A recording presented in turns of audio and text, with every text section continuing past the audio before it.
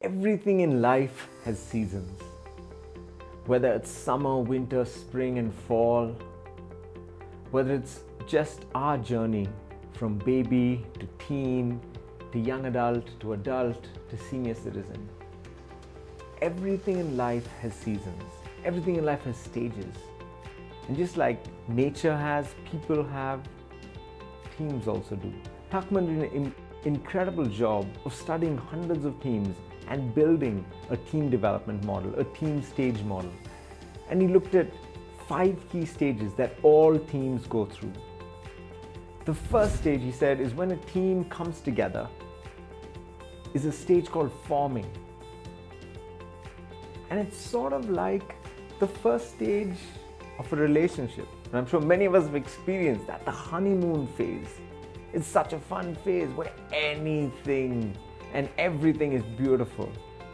The first time you meet someone new, it's exciting, everything is lovely, everything they say is beautiful, it's interesting. All that they do, all the eccentricities are cute. And that's the first stage, really, when teams come together. Everyone's nice to each other, everyone's on their best behavior.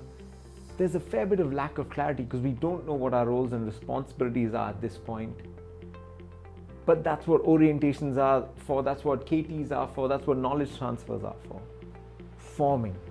It's where all teams start. And even when a new member joins your team, that's where you go back to this stage. And then once the team sort of gets a little comfortable with each other, they go to the second stage, which is storming. And as the name suggests, it's sort of where conflict comes in. Because after a while, after the niceties are over, I want to show you that I can do my work. I want to prove myself. And suddenly I start saying, hey, there are team members who are not pulling their weight. Why aren't they being pulled up? I'm like, it's sort of that stage in a relationship where you slowly start to see that maybe all that I believed in the honeymoon stage may not be completely true. And it's where conflict slowly starts. It's when you have your first fight. But this could be a great stage. Storming could be where really the seeds for a great team are built. Because if you can deal with that conflict, if you can have those tough conversations at this season well and have them regularly, you really get to a stage where the team starts understanding that, hey, this is who we are, these are our eccentricities, this is what this person's good at, this is what this person's good at, and let's leverage that.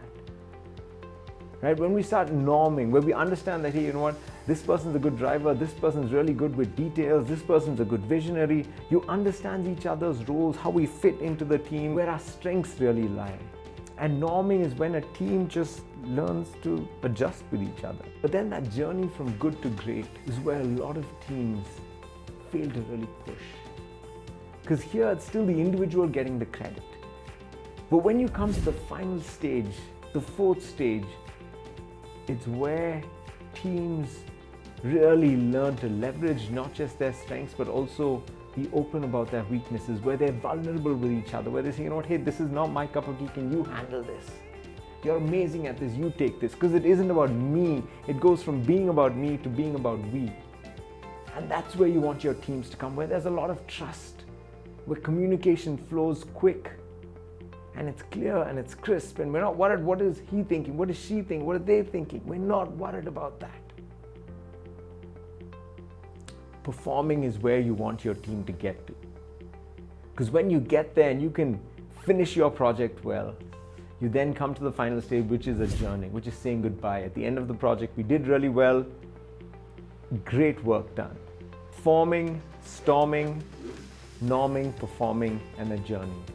That's what makes a great team journey.